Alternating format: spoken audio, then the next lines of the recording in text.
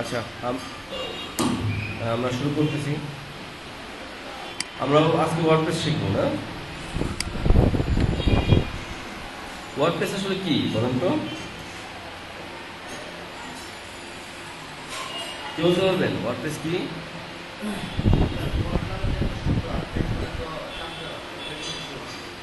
আচ্ছা, প্রেস মানে হচ্ছে, প্রেস মানে শুধু চাপ দেওয়া না, প্রেস মানে প্রেস মিডিয়া আছে না, এখানে ওয়ার্ডপ্রেস অ্যাকচুয়ালি একটা সিএমএস, হ্যাঁ, একটা কন্টেন্ট ম্যানেজমেন্ট সিস্টেম। আমরা যে ওয়ার্ডপ্রেসে শিখবো সেটা হচ্ছে একটা content management system. Content management system কি বোঝেন? কন্টেন্ট ম্যানেজমেন্ট সিস্টেমটা কি? আচ্ছা, দরজাগুলো একটু লাগিয়ে দেন, দরজাগুলো একটু লাগিয়ে দেন।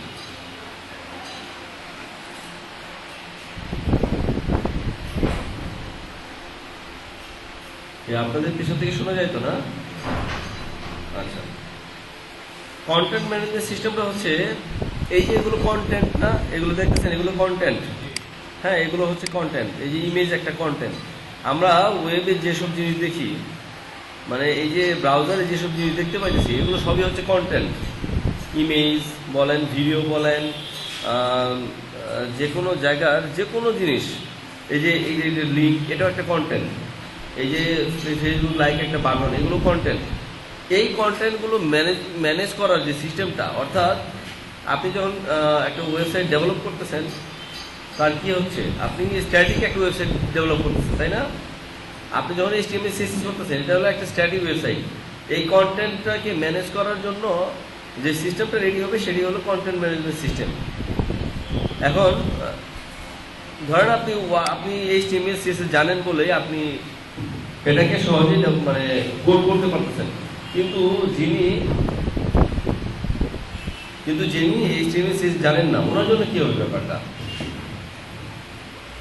যিনি HTML CSS জানেন না, উনি কি এটা কি ডেভেলপ করতে পারবেন? সম্ভব না। কিন্তু ওনাকে যদি একটা ইউজার নেম পাসওয়ার্ড দিয়ে দেওয়া যায়, এটা ডেভেলপ করে একটা ইউজার নেম পাসওয়ার্ড দিয়ে দেওয়া যায় যে আপনি এই ডাটাটা মিট আছে, এখানে মিট না, এখানে বিপ দিলেন, মিট না বিপ দিলেন, বুঝলেন নাই? উনি লেখাটা চেঞ্জ করবে। এখন এই চেঞ্জ করার জন্য যদি একটা কন্টেন্ট ম্যানেজ করার সিস্টেম থাকে, তাহলে কিন্তু উনি ইজিলি এটা চেঞ্জ করতে পারবে। ওনাকে যদি একবার দেখাই দেওয়া হয়, মানে মোটামুটি কম্পিউটার জানে, কম্পিউটার অপারেট করতে পারে, শুধু এইটুকু জানলেই সে এই ডাটাটুকু চেঞ্জ করতে পারবে, তাকে যদি একবার দেখাই দেওয়া হয়। কিন্তু তাকে যদি বলা হয় যে আপনি HTML CSS করবেন, তাকে মিনিমাম 6 মাসের ট্রেনিং নেওয়া লাগবে, তাই না? যে শুধু কম্পিউটার জানে কিন্তু HTML CSS জানে না, তাকে যদি বলা হয় যে এই ডাটাটা এখানে আছে, এখানে হোস্টিং আছে, ডোমেইন আছে, হোস্টিংয়ে ঢুকতে হবে, ঢুকে আপনাকে নামাইতে হবে, তখন তারপর এখানে ডাটা চেঞ্জ করে আবার উঠাইতে হবে, এসব কাজ তাকে শিখতে হলে তাকে 6 মাস ট্রেনিং নেওয়া লাগবে। কিন্তু তাকে যদি একটা CMS রেডি করে দেওয়া হয়, একটা কন্টেন্ট ম্যানেজ করার একটা সিস্টেম, একটা সফটওয়্যার, এটা কিন্তু একটা সফটওয়্যার, হ্যাঁ, সফটওয়্যারটা যদি রেডি করে দেওয়া হয়, তার জন্য এটা খুব ইজি হবে। সে মানে খালি ইউজারের পাশে ঢুকে যে পেজে যে কন্টেন্ট আছে সেটাকে চেঞ্জ করতে পারবে ইজিলি।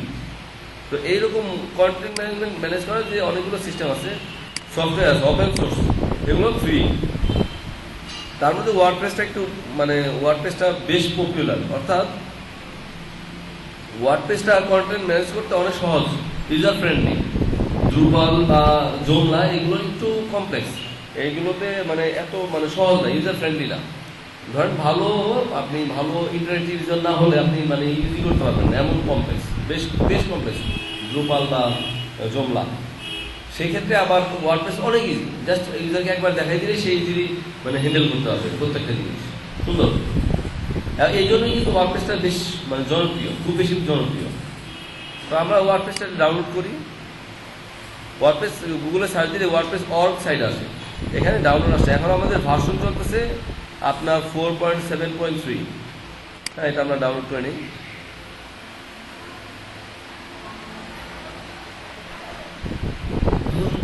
ওয়ার্ডপ্রেস ডাউনলোড হচ্ছে।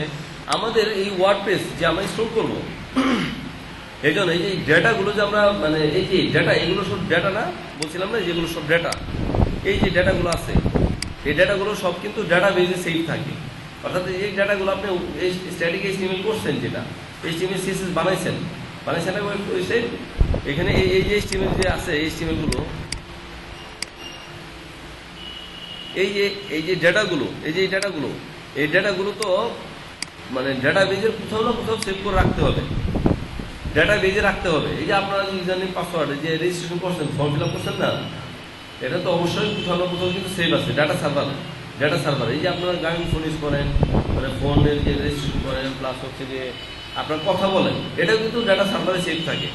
এই জন্য রেকর্ড থাকে না বলে না, এটা ডাটা সার্ভারে সেভ থাকে। তো এই ডাটা সার্ভারের জন্য একটা ডেটাবেস লাগে। ডেটাবেসও আবার একটা নিজস্ব একটা সফটওয়্যার, ওটা নিজে একটা সফটওয়্যার। ডাটা সার্ভার যেটা, ওটা সফটওয়্যার দিয়ে রেডি করা আছে একটা জিনিস, ওটাই আমরা ইউজ করতেছি MySQL, ওয়ার্ডপ্রেস ইউজ করে MySQL, ঠিক আছে। এখন আমরা আপনাদের দেখেন, আপনাদের এখানে আছে না ওই এসকিউএল সার্ভার, যে পিএইচপি মাইডমিন কালকে দেখাইছিলাম, তাই না? দেখাইছি না? হ্যাঁ দেখাইছি। তো আমাদের আজকে আমাদের এই যে এই ওয়ার্ডপ্রেসের জন্য একটা ডেটাবেজ লাগবে, সবসময় মনে রাখেন প্রত্যেকটা প্রজেক্টের জন্য একটা করে ডেটাবেজ লাগবে, আলাদা আলাদা। প্রত্যেকটা প্রজেক্টের জন্য যখনই আপনি নতুন একটা প্রজেক্ট করবেন, তার জন্য একটা ওয়ার্ডপ্রেসে একটা ডেটাবেজ ক্রিয়েট করতে হবে। তো আমি 4.7.3 একটা ইউজ করতেছি, আমরা এক্সট্রাক্ট করে নিচ্ছি এখানে, যেহেতু জি ফাইল হিসেবে আছে এটাকে এক্সট্রাক্ট করে নিচ্ছি। এক্সট্রাক্ট করে কি হলো, ওয়ার্ডপ্রেস। এইটা ওয়ার্ডপ্রেসের মধ্যে দেখেন অনেকগুলো ফোল্ডার আছে, ফাইল আছে, অলমোস্ট কত ফাইল দেখি, কত ফাইল দেখি তো ওয়ার্ডপ্রেসের মধ্যে। হ্যাঁ, ফাইল আছে আপনার 1479 ফাইল, ফোল্ডার আছে 137টা। এই কন্টেন্ট ম্যানেজমেন্ট সিস্টেম, এই সফটওয়্যারটার জন্য মোটামুটি ফোল্ডার আছে 137টা, আর ফাইল আছে 1479 ফাইল, আর এটার সাইজ হচ্ছে 22.2 মেগাবাইট, ঠিক আছে। এইখানে ফোল্ডারগুলো কোথায় আছে দেখেন, এই যে অনেক ফোল্ডার, ঠিক আছে। এখন অ্যাডমিন যে অংশটা, সেই অ্যাডমিন অংশটাতে অ্যাডমিন আমরা যে এই যে লগ ইন করে ঢুকবো, ইউজার নেম পাসওয়ার্ড দিয়ে ঢুকবো, সেই যে কাজটা করতেছে সেই অ্যাডমিন প্যানেল। এই অ্যাডমিন প্যানেলের জন্য এই ইন্টারেক্টিভ অপশনটুকু অ্যাডমিনের করা আছে। তারপরে কন্টেন্টের মধ্যে আসতেছে প্লাগইন এবং থিম। প্লাগইন আর থিম, প্লাগইন হচ্ছে যে আমাদের কিছু ফ্যাসিলিটেট করার জন্য, যে লাইক ধরেন আমি এই যে একটা ফর্ম পোস্ট করি, এখন ওয়ার্ডপ্রেস করতেছে কি, সে কন্টেন্ট ম্যানেজমেন্ট একটা ডিফল্ট একটা সিস্টেম দিয়ে দিছে, কিন্তু তার ফর্ম পোস্ট করার কোনো ব্যবস্থা দিয়ে দেয় নাই। তো এই ফর্ম পোস্ট করার জন্য ডিফারেন্ট সিস্টেম আছে। এখন সিস্টেমের জন্য ওনারা এটা যারা প্লাগইন ডেভেলপ করে, তারা বা ওয়ার্ডপ্রেস নিজেও হয়তো বা কিছু প্লাগইন ডেভেলপ করে দিচ্ছে। এখানে ওপেন সোর্স অনেক প্লাগইন পাওয়া যায়, ফ্রি পাওয়া যায়। এগুলো আমরা দেখবো সামনে, প্লাগইন কি জিনিস। প্লাগইনটা হচ্ছে যে সাপোর্টেড, যে আপনার যে সাইট ইউজ করবেন, যে সাইটটা আপনি যে কন্টেন্ট ম্যানেজ করতেছেন, সেখানে কী কী জিনিস আছে, সেই কী কী জিনিস আছে সেটার সাপেক্ষে আপনার ধরে সব কিছু সাপোর্ট করতেছে কিনা। আপনি একটা সাইট ডেভেলপ করছেন, আমরা একটা স্ট্যান্ডার্ড ধরতেছি যে ওই টাস্ক 9 আমরা করছিলাম না, টাস্ক 9 না টাস্ক 10, একটা ফুল কাজ করছিলাম না, একটা টাস্ক 9 বোধ হয় না।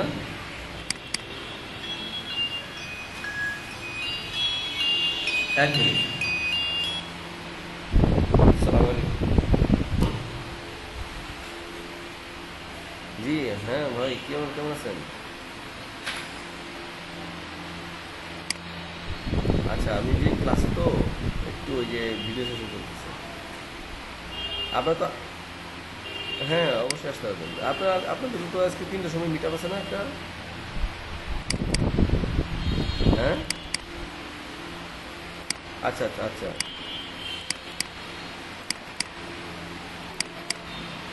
আচ্ছা আচ্ছা, আসুন আসুন।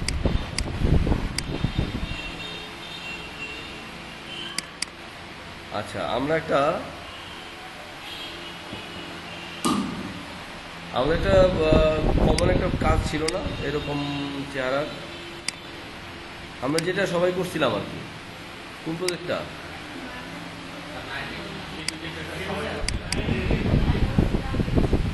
একটা ফুল একটা কাজ, সেই এরকম একটা কাজ শেষ করছিলাম না, ওটা কার কাছে আছে? ভালোবাসন।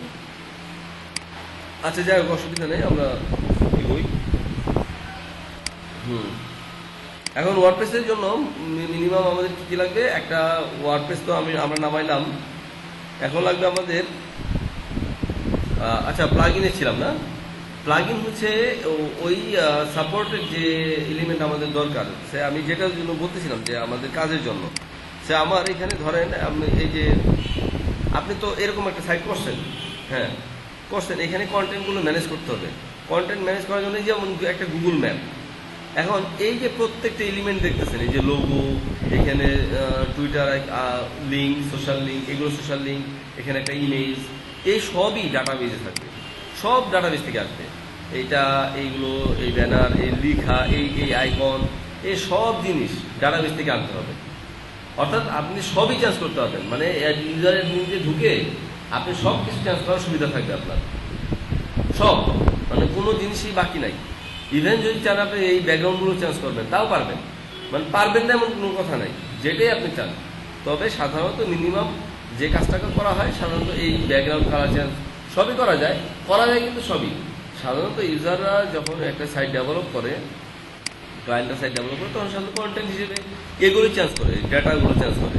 অর্থাৎ এই লেখা, এই ইমেজ, এখানে লিঙ্কগুলো, তারপর এই টেক্সট, এই আইকন, তারপরে ম্যাপ অ্যাড্রেস, হয়তোবা ফর্ম, এই যে ফর্ম, তারপরে ম্যাপ, এগুলো একটু আলাদা টাইপের ডাটা, তাই না? একটু আলাদা, এই যে জেনারিক ডাটা না আর কি। অর্থাৎ এই যে আমি এটা একটা অ্যাড্রেস দিলাম, একটা ডেসক্রিপশন দিলাম, এরকম না, প্যারাগ্রাফ টাইপের না। আমাকে একটা ওয়ার্ডপ্রেস ইনস্টল করি, তাহলে আপনার জিনিসটা ইজি হয়ে যাবে, ঠিক আছে? একটা ওয়ার্ডপ্রেস ইনস্টল করি, তাহলে আপনাদের জন্য জিনিসটা ইজি হয়ে যাবে।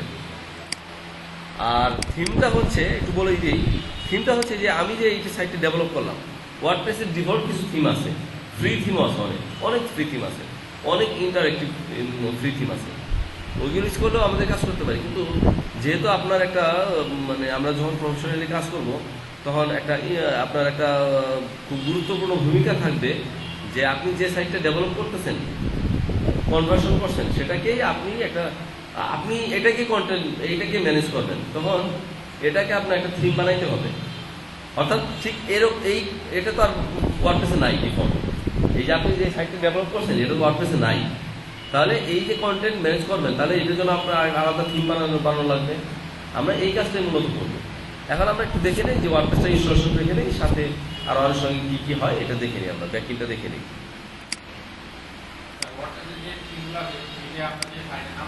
জি না, আমরা আসলে ডেভেলপ করবো, আমরা যে সাইটগুলো বানাইতেছি সেগুলোই বানাবো। এখন দেখাচ্ছি আমি ওয়ার্কসের ভিতরে এই যে ওয়ার্কস দিলাম, ঠিক আছে? আমি ওয়ার্কসের ভিতরে আপনাদের HTDocs, এগুলো আপনারা এখন কিছু করবেন না, এখন শুধু দেখে যান, আপনারা কাজ করবেন পরবর্তীতে। আমি লেসন শেষ করলে আপনারা কাজ করবেন, ঠিক আছে?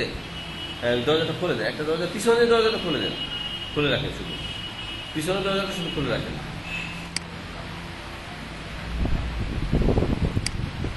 এখন যেটা বলতেছিলাম,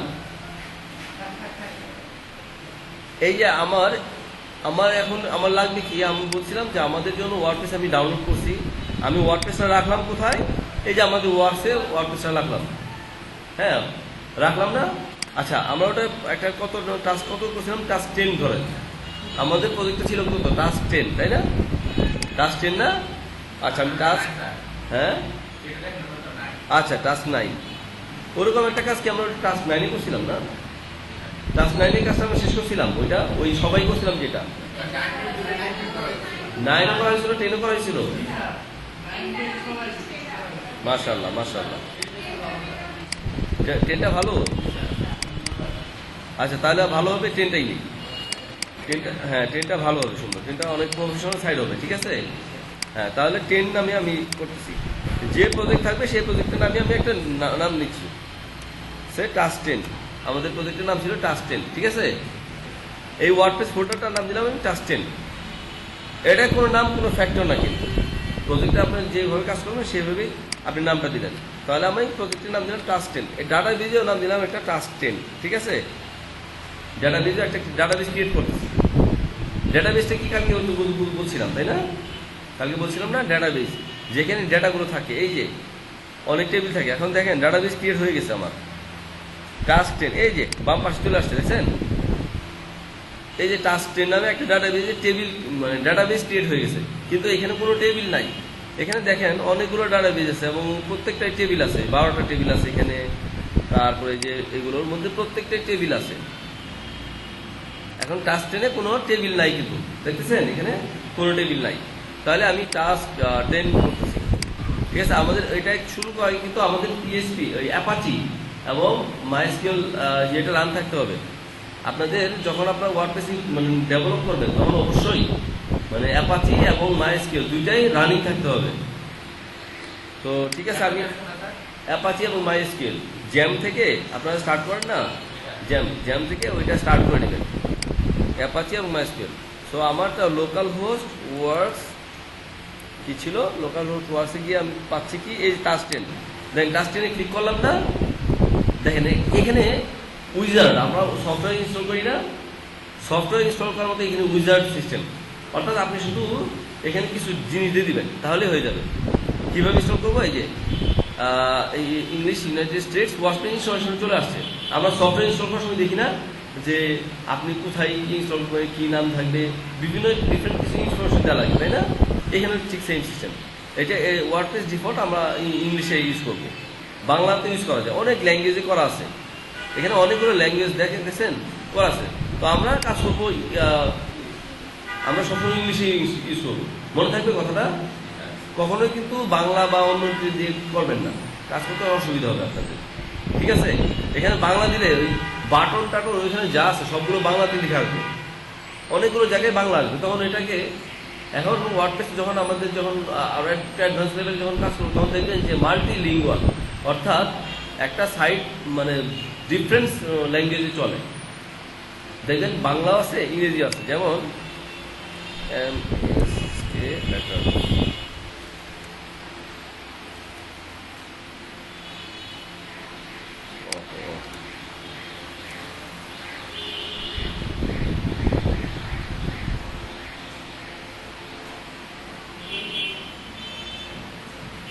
আচ্ছা আমি পরে দেখাবো, অসুবিধা নেই।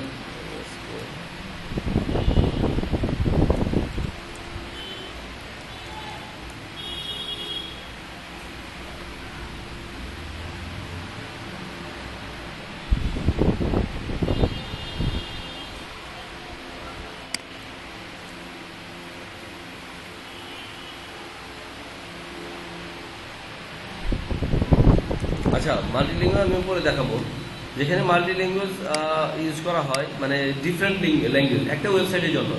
অর্থাৎ ইংরেজি থাকলে ইংরেজি ক্লিক করলে ওইখানে ল্যাঙ্গুয়েজ থাকে, বাটন থাকে, মানে লিঙ্ক থাকে। এই নিচেরটা খুলে রাখতে বলছিলাম, ওই পাশেরটা খুলে রাখেন। আসসালামু আলাইকুম। হ্যাঁ আমি কত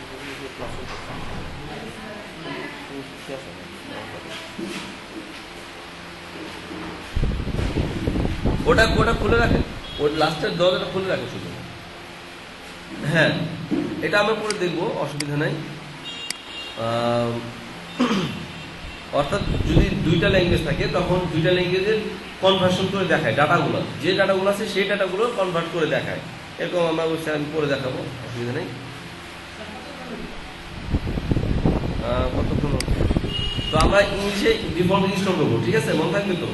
হ্যাঁ ইংলিশে ইনস্টল করবো। কন্টিনিউ যাচ্ছি। এখানে কি কি আছে? Database name, user name, password, database host, table prefix, এই জিনিসগুলো দেওয়ার দরকার হলে আমরা মানে এই জিনিসগুলো দেওয়া লাগবে ইনফ্যাক্ট। হ্যাঁ তো আমরা যাই, লেটস গো। এখানে আর তেমন কিছু করার নেই, এখানে দিয়ে দিব। অ্যান্ড ডাটাবেজ নেম কি? আমি এখানে ডাটাবেজ নেম ক্রিয়েট করে আসছি না, একটা ডাটাবেজ ক্রিয়েট করে আসছি। কি করতে? টাস্ক 10। আর ডাটাবেজ নেমটা কি? টাস্ক 10। তাহলে এটা আমি কপি করে এখানে দিলাম। ইউজার নেম কি? ইউজার নেমটা আপনারা যখন ইনস্টল করছেন তখন দেখছেন যে আপনারা যখন জ্যাম্প ইনস্টল করছেন তখন হয়তো খেয়াল করছেন, তখন ছিল এরকম কোনো ইউজার নেম পাসওয়ার্ড ছিল না, বোধ ছিল। আচ্ছা যদি না থেকে থাকে তো তাহলে শুধু রোড দিতে হবে। যদি না থেকে থাকে রোড এবং পাসওয়ার্ডটা ব্ল্যাঙ্ক। এটা হচ্ছে লোকাল হোস্ট, আপনাদের লোকাল মেশিনে যখন ইনস্টল করবেন তখন শুধু রোড এবং পাসওয়ার্ডটা ব্ল্যাঙ্ক, কিছু যাবে না। তারপরে লোকাল হোস্টই থাকবে। টেবিল টেবিল প্রিফিক্সগুলো সাধারণত জাস্ট দিতে পারেন, কোনো সমস্যা নেই, ডাব্লিউপি দিতে পারেন। তবে চেষ্টা করবেন এগুলো আপনাদের যে প্রজেক্টের নাম থাকবে ওটা ইউজ করার জন্য। সে আমার টাস্ক 10 না, টাস্ক 10 দিলাম এইটুকু, অর্থাৎ তাহলে একটু সুবিধা হবে। এটা সুবিধা আছে বেশ কিছু, হ্যাকিংয়ের জন্য মানে সুবিধা হয়। যারা হ্যাকার তারা শুধু ডাব্লিউপি দিয়ে ডাটাবেজে অনেক সময় কোয়েরি চালায়, ডাব্লিউপি দিয়ে এগুলো। এই জন্য এখানে একটু প্রজেক্টের শর্টকাট এমন কোনো বা টিকে 10 বা টিএসকে 10, হ্যাঁ এইভাবে দিবেন, যাতে করে ওরা মানে খুব সহজে মানে খুব ফ্রিলি হ্যাকিংয়ের জন্য ট্রাই না করতে পারে। হ্যাঁ, এখানে কিছু না দিলেও সমস্যা নেই, ডাব্লিউপি দিলেও কোনো সমস্যা নেই, কিছু না দিলেও সমস্যা নেই, বুঝতে পারছেন? টেবিল প্রিফিক্স অর্থাৎ এই যে আমি এখানে ডাটাবেজ, এখন কিন্তু আমার কোনো ডাটাবেজ টেবিল নাই, দেখছেন? ডাটাবেজ আছে, কোনো টেবিল নাই। এখন আমি সেট আপ করতেছি, আমি ডাটাবেজের নাম দিলাম, এখানে ডাটাবেজে আমি ক্রিয়েট করে আসছিলাম, সেটা নাম দিলাম রোড, ইউজার নেম হচ্ছে road, password blank, local host থাকবে এটা। সার্ভারে যখন আমরা ইনস্টল করতে যাবো কখনো, তখন আমাদের ওই সার্ভারে যে ডাটাবেজ ক্রিয়েট করবো সেটা আমাদের দিতে হবে, ওটা আমি করে দেখাবো। এটা প্রিফিক্সের জন্য লাগে, একটা প্রিফিক্সের জন্য, অর্থাৎ সেই টেবিলে যে এই টিএসকে আন্ডারস্কোর দেখবেন, এরপরে এখানে যে টেবিলগুলো আসবে, এরপরে টেবিলগুলোর নামের আগে এই টিএসকে আন্ডারস্কোর আসবে, দেখাচ্ছে। তো আমি সাবমিট করলাম, দেখেন সাবমিট করলাম। এখন এই যে রান দ্য ইনস্টল,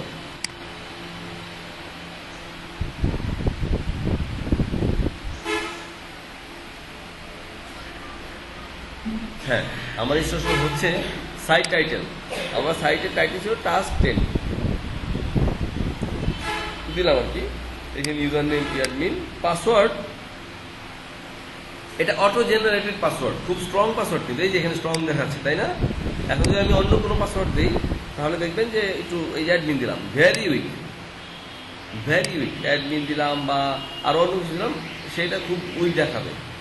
হ্যাঁ, অ্যাডমিন ধরেন দিলাম 1 2 3, এটাও ভেরি।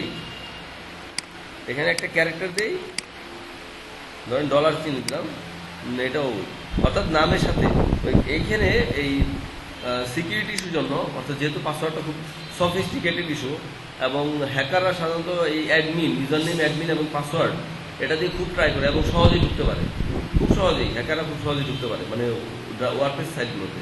এই জন্য ইউজার নেমটাও পারতপক্ষে কখনো অ্যাডমিন ইউজ করবেন না, ঠিক আছে?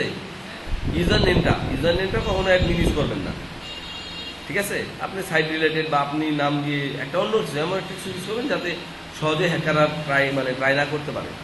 সে টিকে অ্যাডমিন এডিএম দিলেন এরকম, বা টিকে টাস্ক অ্যাডমিন দিলেন, এরকম যদি হতে পারে। আপাততভাবে দেন, সমস্যা নাই।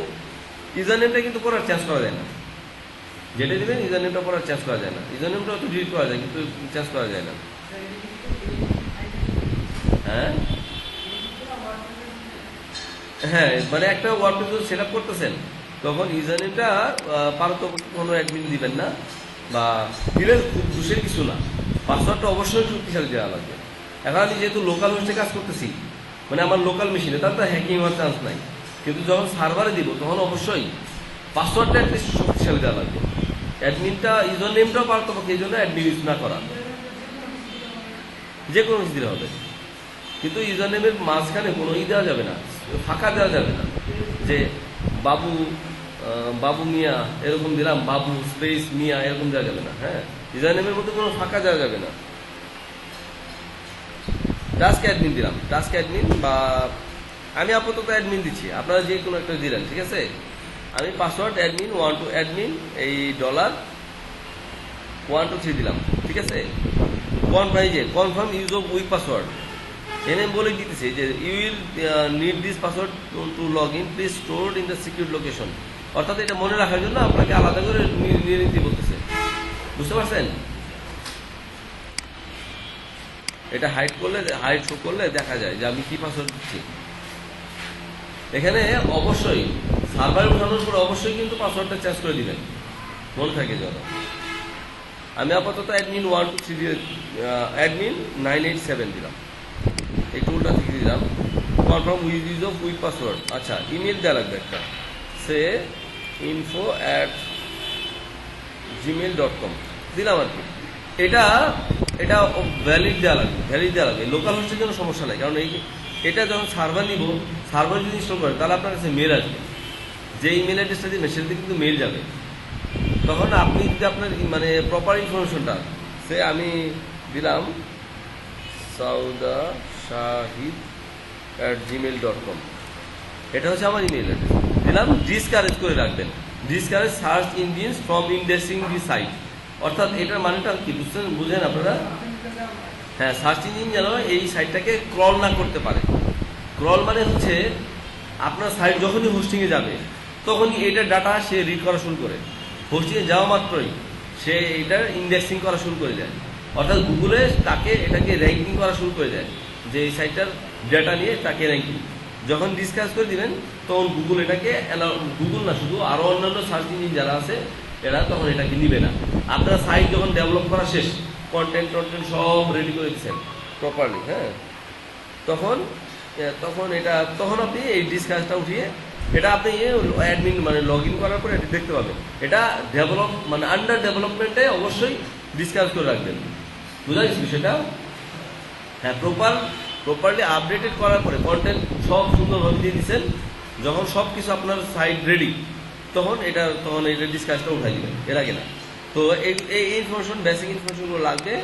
সাইট টাইটেল, অর্থাৎ আপনি যে সাইটের নাম, যে প্রজেক্ট নিয়ে কাজ করতেছেন সেই প্রজেক্টের নাম দিয়ে এখানে কাজটা সাইট টাইটেল দিলেন, ইউজার নেম দিলেন, পাসওয়ার্ড দিলেন, তারপরে পাসওয়ার্ড দিয়ে কনফার্ম ইউজার পাসওয়ার্ড এখানে দিলেন।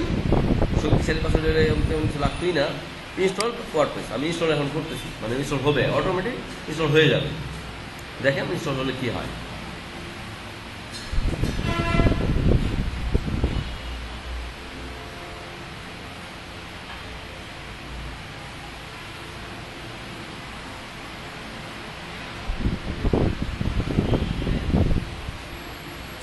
হ্যাঁ, অলমোস্ট হয়ে গেছে, ইনস্টল হয়ে গেছে।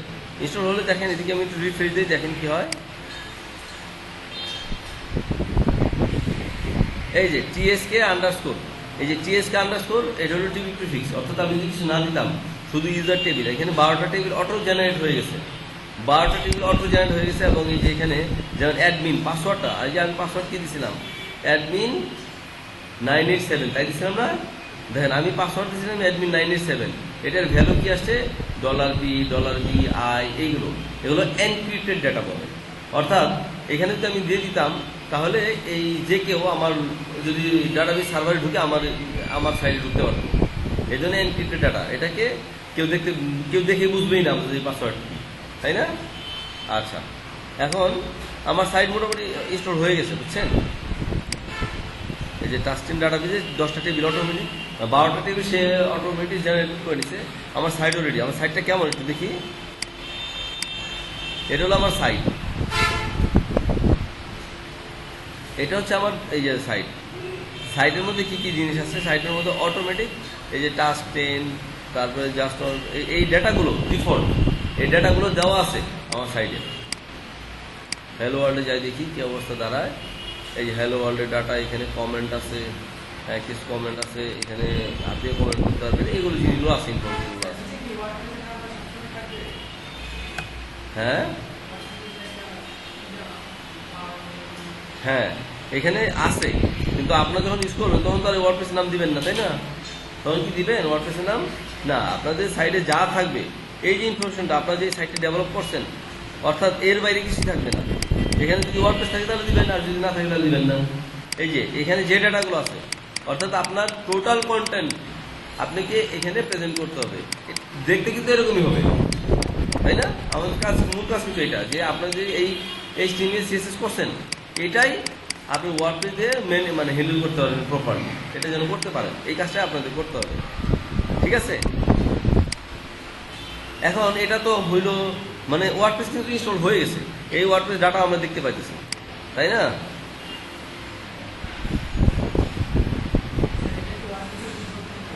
ওয়ার্ডপ্রেসের একটা ডিফল্ট একটা থিম আছে, এটা ডিফল্ট থিম। এখন ইনস্টল হইলে ওয়ার্ডপ্রেস আমরা একটু দেখি, ব্যাকইনটা দেখি।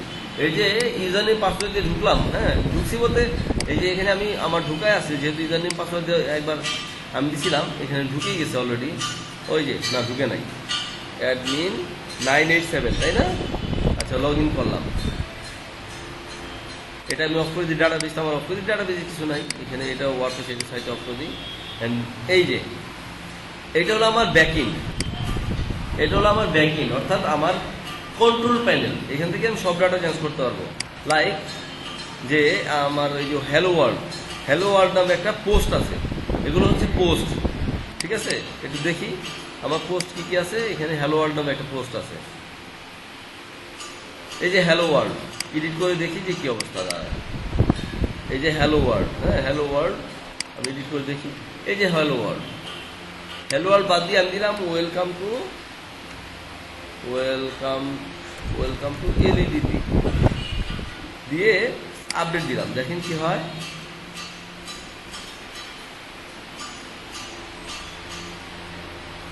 আপডেট হয়ে গেছে, দেখেন এখানে ডাটাটা কি দেখায়, দেখেন এই যে ওয়েলকাম টু এলইডিপি, দেখছেন? অর্থাৎ আমি এইখান থেকে ডাটা চেঞ্জ করতেছি, আমি ব্যাকএন্ডে ঢুকে, আমার কন্ট্রোল প্যানেলে ঢুকে ডাটা চেঞ্জ করতেছি, আমার এখানে ডাটা আপডেট হচ্ছে, তাই না? এখন আমাদের কাজটা হচ্ছে এই যে আমি যত ডাটা আছে আমার ইমেজ থেকে শুরু করে যত জিনিস আছে সবই আমি কন্ট্রোল প্যানেল থেকে চেঞ্জ করবো। এটা হলো আমার মূল কাজ। আর একটা কাজ হচ্ছে যে আমি যে আমার সাইটে ডেভেলপ করছি, HTML CSS করছি, ওইটাই এখানে অ্যাডাপ্ট করানো। অর্থাৎ আমি যে সাইটে ডেভেলপ করছি, যে কোনো সাইট আমি HTML CSS যেটাই করছি সেটা আমি ওয়ার্ডপ্রেস দিয়ে যেন আমি টোটাল সবগুলো ডাটা আমি চেঞ্জ করতে পারি, এটি আমাদের মূল কাজ। বোঝা গেছে বিষয়টা? আচ্ছা, এখন আমি ওয়ার্ডপ্রেসের ব্যাকএন্ডের কিছু জিনিস দেখে আসি। হ্যাঁ, বুঝলাম না। অ্যাকাউন্ট না, ওয়ার্ডপ্রেস ডাউনলোড করছি, ভিডিও চলছে, হ্যাঁ ডাউনলোড করছি, আর এই ডাটাবেস ইনস্টল করে শুধু ইনস্টল করলাম। আচ্ছা, এখানে কি কি আছে দেখেন। ড্যাশবোর্ডে গেলে আমি পাচ্ছি আমার কি কি জিনিস আছে। অ্যাট এ গ্ল্যান্স, ড্যাশবোর্ড কি? ড্যাশবোর্ড মানে হচ্ছে অ্যাট এ গ্ল্যান্স আমি সব কিছু দেখতে পাচ্ছি, যে আমার ওয়েলকাম জানাইলো, এখানে আমি পোস্ট করতে পারি, কি করতে পারি, কুইক ড্রাফট, অর্থাৎ যে কোনো একটা পোস্ট কুইকলি ড্রাফট করতে পারি। আমার কোন ভার্সন চলতেছে এখন, এটা ওয়ার্ডপ্রেস 4.3 রানিং, 2017 থিম এটা চলতেছে, অ্যাক্টিভিটি এখানে। এই যে মাত্র কিছুক্ষণ আগে আমি ওয়েলকাম টু এলইডিপি একটা দিলাম, কি বলে ওই আপডেট করছি, এটাই বলছে এখানে নিউজ। এগুলো খুব একটা ইম্পর্টেন্ট কিছু না, যে এখানে কি এখানে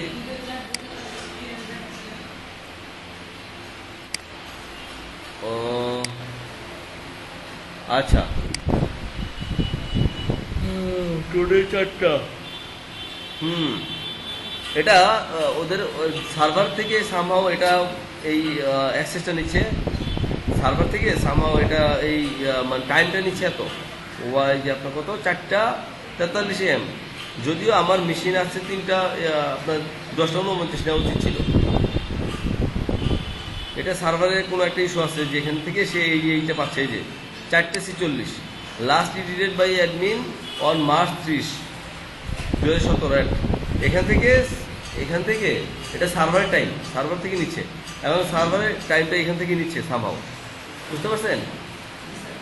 এখানে যখন মেইন সার্ভারে যাবে ওই টাইমটা, ওই সার্ভার যেখান থেকে চলতেছে ওই সার্ভারের টাইমটাই নেবে এখানে, ঠিক আছে? আচ্ছা, এখন দেখেন অল পোস্ট, এখানে সবগুলো পোস্ট থাকে। অর্থাৎ এই যে আমাদের নিউজ পেপার থাকে না, দেখবেন না? পোস্ট কি জিনিস?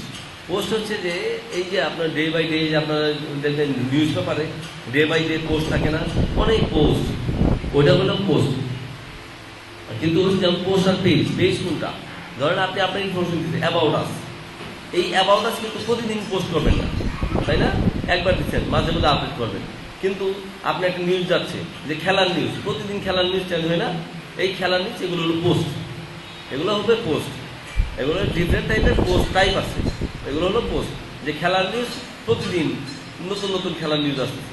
কিন্তু অ্যাবাউট আস বা আপনার সার্ভিস, এগুলো কিন্তু প্রতিদিন নতুন করে আসবে না, হয়তো নতুন আসবে, 1 মাস পরে একটা নতুন সার্ভিস দিচ্ছেন তখন হবে। এগুলো যেমন পেয়েছে। আর পোস্ট হচ্ছে যেগুলো রেগুলার নতুন ডেটা আসে, এগুলো হলো পোস্ট। এখানে পোস্টের মধ্যে আছে অ্যাড নিউ ক্যাটাগরি, ওই যে বললাম না যে ক্যাটাগরি, অর্থাৎ খেলাধুলা একটা ক্যাটাগরি, তাই না? মানে খেলাধুলার মধ্যে ট্যাগ আছে। ট্যাগ মানে কোনটা? ট্যাগ হচ্ছে ওই যে ক্রিকেট একটা ট্যাগ, আবার ক্যাটাগরি মানে ক্রিকেট একটা ক্যাটাগরি হতে পারে। বুঝতে পারছেন? এরকম আর কি। এরপর আসছে মিডিয়া। মিডিয়াটা হচ্ছে এই যে আপনার ভিডিও বা ইমেজ, এগুলো হলো মিডিয়া টাইপ। এটা ডাটাগুলো কি মিডিয়া না? এই ডাটাগুলো মিডিয়ার ডাটা না? অর্থাৎ ভিডিও একটা মিডিয়া না? এই অডিও, ভিডিও, তারপরে ইমেজ, এই যে প্রেজেন্টেশনগুলো, এই প্রেজেন্টেশনগুলো হচ্ছে মিডিয়া টাইপ ডাটা। এই মিডিয়া টাইপ ডাটার জন্য এখানে মিডিয়া লাইব্রেরি আছে, এখানে ইউজ করা যায়, অ্যাড করা যায়। অর্থাৎ এখান থেকে আপনি ইচ্ছে হলে সরাসরি দিলে এই যে drop files anywhere or to upload or select files 3 MB।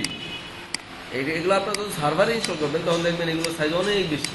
এখানে লোকাল হোস্টে 3 MB দেওয়া আছে বা 2 MB অনেকের, মানে লোকাল মেশিনে। কিন্তু এটা সার্ভারে আপনাদের cPanel দেওয়া আছে না? cPanel ইনস্টল, ওয়ার্ডপ্রেস ইনস্টল করে দেখবেন যে এখানে অ্যাটলিস্ট মানে 100 MB বা আরও বেশি থাকবে। বুঝতে পারছেন? মানে আপনি অনেক ভারী ফাইল আপলোড করতে পারবেন। এখানে অ্যাড করতে হবে না। অ্যাড করলে যেমন এখান থেকে যে কোনো একটা ফাইল অ্যাড করে আপনি এটা এখানে আপনি পোস্টে বা পেজে ইউজ করতে পারবেন। এটা সুবিধা আছে, এটা আমরা পরে দেখবো। পেজেস, যেমন স্যাম্পল পেজ, একটু দেখি আমার পেজটা কেমন। অ্যাড্রেস বা একটু দেখি এখান থেকে প্রতিটা পেজ বা পোস্ট কিন্তু এই যে সরাসরি দেখা যায়। এই যে স্যাম্পল পেজ, এই থিমের মধ্যে এই যে কন্টেন্ট, এগুলো কন্টেন্ট দেওয়া আছে। পেজের টাইটেল, পেজের ডেসক্রিপশন এখানে দেওয়া আছে। পেজের টাইটেল এখন এডিট করে দেখতে পাবেন এই ডাটাগুলো আছে। এখানে ক্লায়েন্ট সাইড, অর্থাৎ এটা ক্লায়েন্ট ভিজিট করার সময় পাবে। আর এখানে ইউজার নেম পাসওয়ার্ড ছাড়া কিন্তু সেই ডাটাগুলো দেখতে পাবে না। এটা হচ্ছে একটা এডিটর। দেখছেন এই যে this is an example page, it's different from a blog post because it will, এখানে এই ডাটাগুলো, এই যে এখানে ডাটাগুলো, তাই না? দেখতেছেন তো? এখানে আপনি এখানে ডাটা চেঞ্জ করেন, ডাটা চেঞ্জ করে আপডেট দেন। এই যে দিস, এখানে আমি ডাটা আপডেট দিচ্ছি না? দেখেন এখানে ডাটা আপডেট দিচ্ছি। আপনি এখানে দিস আছে না? এখানে রিফ্রেশ দেন, দেখবেন এখানে ডাটা চেঞ্জ হয়ে গেছে। এই যে দেখছেন? অর্থাৎ এইগুলো ডাটা বেজে সেই থাকতেছে। বোঝা যাচ্ছে তো না? আচ্ছা,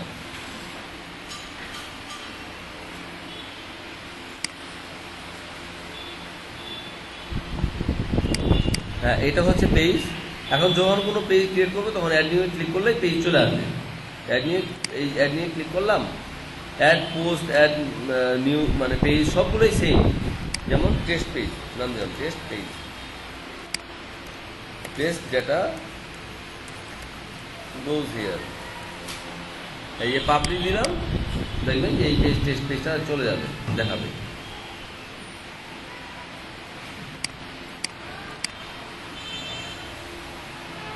এই যে test page, test data goes here, ঠিক আছে? এইভাবে যাচ্ছে। কমেন্টস, ওই যে কমেন্টস মানে ওই যে কমেন্ট করে না, আপনারা তো ফেসবুকে কমেন্ট করে না, ওই রকম। অর্থাৎ এইটা কমেন্টগুলো সাধারণত হয় পোস্টে, পেজে হতে পারে, পেজেও হতে পারে, মানে এমন না যে পেজে হবে, শুধু পোস্টেই হয়, সব জায়গায় হতে পারে। এই যে কমেন্ট, এই যে এখানে কমেন্ট দেওয়া আছে, এই কমেন্টটাই এখানে রিপ্লাই, দেখেন রিপ্লাই ক্লিক করলে এই যে এখানে রিপ্লাই দিতে পারেন। এই কমেন্টটা এখানে দেওয়া আছে, এই যে হাই দিস এ কমেন্ট, এই যে হাই দিস এ কমেন্ট, এই কমেন্ট এখানে। যখনই কোনো কমেন্ট আসবে এখানে চলে আসবে, ঠিক আছে? যখনই কোনো কমেন্ট আসবে, হ্যাঁ, কমেন্ট সব এগুলো পিএইচপিতে করা আছে, ওয়ার্ডপ্রেসে এগুলো করা। হ্যাঁ, ডেফিনেটলি পারবেন। আপনাদের যখন পোস্ট থাকবে তখন অবশ্যই ইউজ করতে পারবেন এই কমেন্ট সিস্টেমটা। হ্যাঁ, এটা গেল কমেন্ট সিস্টেমটা। এখানে কমেন্ট দেওয়া আছে, এখানে যখন কোনো কমেন্ট দেবেন তখন এখানে চলে আসবে। এরপর আসি অ্যাপিয়ারেন্স।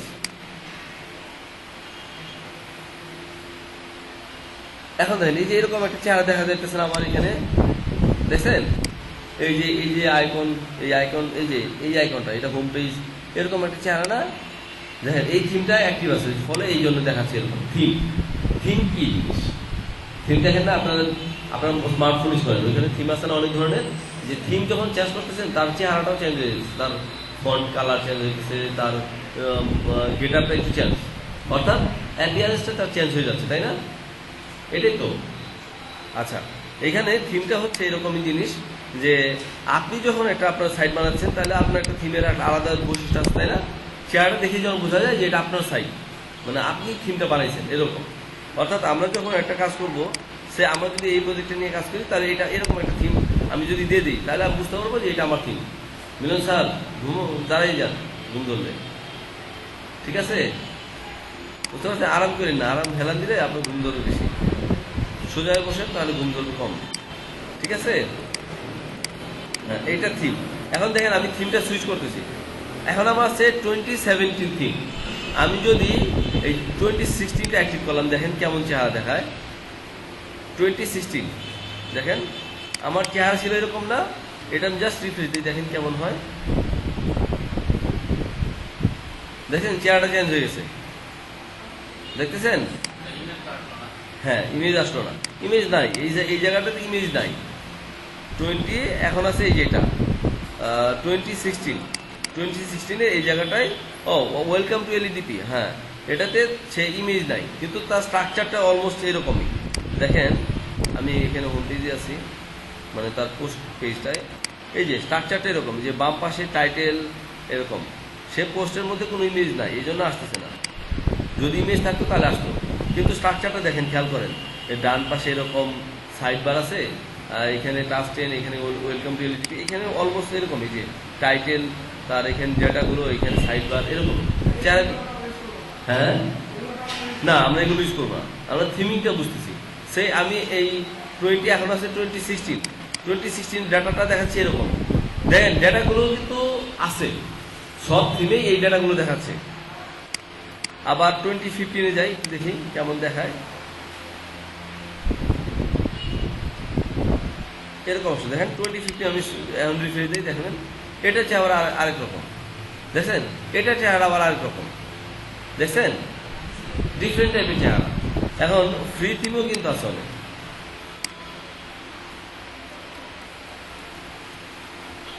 দেখি, ও আচ্ছা, ভিজিট সাইট, মানে থিমের সাইটগুলো দিয়েছে তো। ভিজিট সাইট না, ফ্রি থিম পাওয়া যায়। এই অ্যাডমিউ যাই, অ্যাডমিউতে যাই, জি অ্যাডমিউতে যাই, দেখি এই যে অ্যাডমিউতে অনেক ফ্রি থিম পাওয়া যাবে, বুঝছেন? এই যে ইনস্টল আছে এইগুলো, এই যে মোটামুটি ফ্রি থিম, এগুলো ফ্রি থিমই হবে। Feature popular, latest, favourite, feature, filter, এই যেগুলো ফ্রি থিম আছে, এটা ইনস্টল করে দেখি কেমন হয়। হ্যাঁ, ইনস্টল করতেছি। ফ্রি থিম কিন্তু ইনস্টল করা যায়, কোনো সমস্যা নাই। দেখেন ফ্রি থিম ইনস্টল করতেছি। জি হ্যাঁ, অনেক ফ্রি থিম, এই দেখেন অনেক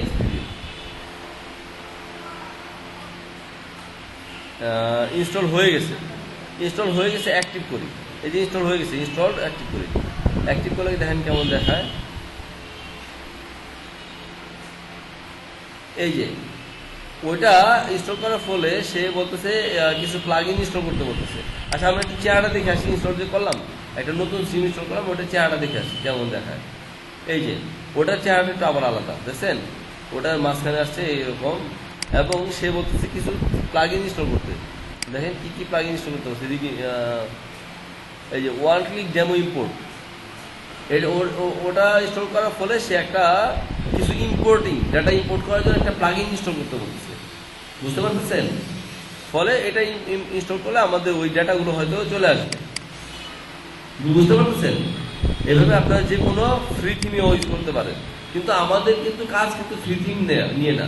আমাদের কাজ হচ্ছে, আপনারা যখন প্রফেশনালি কাজ করবেন, তখন আপনাদের কাজ থাকবে যে কোনো ক্লায়েন্ট এরকম একটা ডিজাইন দিবে। হ্যারাসমেন্ট থাকতে পারে, হ্যারাসমেন্ট নাও হতে পারে। এগুলো ফ্রি থিম ইউজ করলে তখন বুঝবেন যে ওইখানে রেসপন্সিভ ফিচার থাকার সম্ভাবনাই বেশি। এখন যারা ডেভেলপ করে, আপনি ইচ্ছে করে একটা থিম ফ্রি দিতে পারেন। আপনি ইচ্ছে করে থিম ডেভেলপ করে এটা সেই ফ্রিতে দিতে পারেন, ঠিক আছে? এটা সমস্যা নেই। এখন কিন্তু আমাদের কাজ কি? আমাদের কাজ হচ্ছে যে আপনারা যখন ক্লায়েন্টের সাথে কাজ করবেন, ক্লায়েন্ট বলবে কি এরকম ডিজাইন দিবেন, যে বলবে যে এটা পিএইচডি থেকে ওয়ার্ডপ্রেস বানিয়ে দাও, বুঝতে পারতেছেন? পিএইচডি থেকে ওয়ার্ডপ্রেস বানিয়ে দাও, এটি হলো আপনাদের কাজ। এখন এটা আপনাকে ডেভেলপ করে দেওয়া লাগবে। তখন করতে হবে কি, আপনাকে নতুন একটা থিম দিতে হবে, বানাই দিতে হবে। এখন তো আছে এইগুলো থিম, তখন আপনাকে একটা থিম ডেভেলপ করতে হবে। আমাদের মূল কাজই হচ্ছে থিম ডেভেলপ করা, বুঝতে পারছেন? আমরা সবচেয়ে লাস্টে দিলাম সেটাতে যাই, যেহেতু এখানে একটা নোটিশ আছে, অর্থাৎ এই থিম ইউজ করলে এই প্লাগইনগুলো ইনস্টল করতে হবে, ঠিক আছে? ওটাতে আমরা যাই না, কারণ ওটা ফ্রি থিম আমাদের দরকার নেই। আপনারা যারা যারা কাজ করছেন না, আপনার নিজস্ব প্রোফাইল আছে না, এই কাজটা আপনার আমি তো একটা স্ট্যান্ডার্ড একটা ধরে করতেছি যে ওয়ার্ডপ্রেস আমি এখন দেখাবো, আপনারা একটা ইয়ে টাস্ক 10 বা 9কে ধরে আমি ওয়ার্ডপ্রেস ডেভেলপ করা দেখাবো। এটা দিয়ে আপনারা ট্রাই করবেন। ট্রাই করে এর পরবর্তী সেটা আপনাদের প্রোফাইল যেটা যেই কাজটা করছেন আপনারা নিজেরা, ওই কাজটা আপনারা ওয়ার্ডপ্রেসে মানে ডেভেলপ করবেন। বুঝতে পারছেন? তাহলে আপনাদের লার্নিংটা হয়ে যাবে প্রপারলি। আচ্ছা, এখন আমি আবার এই থিমটা সুইচ করে দেখি। আমাদের টাস্ক 17 কাজ করছিলাম, এখন হ্যাঁ টাস্ক 17 চলে আসছে, থিমটা চলে আসছে।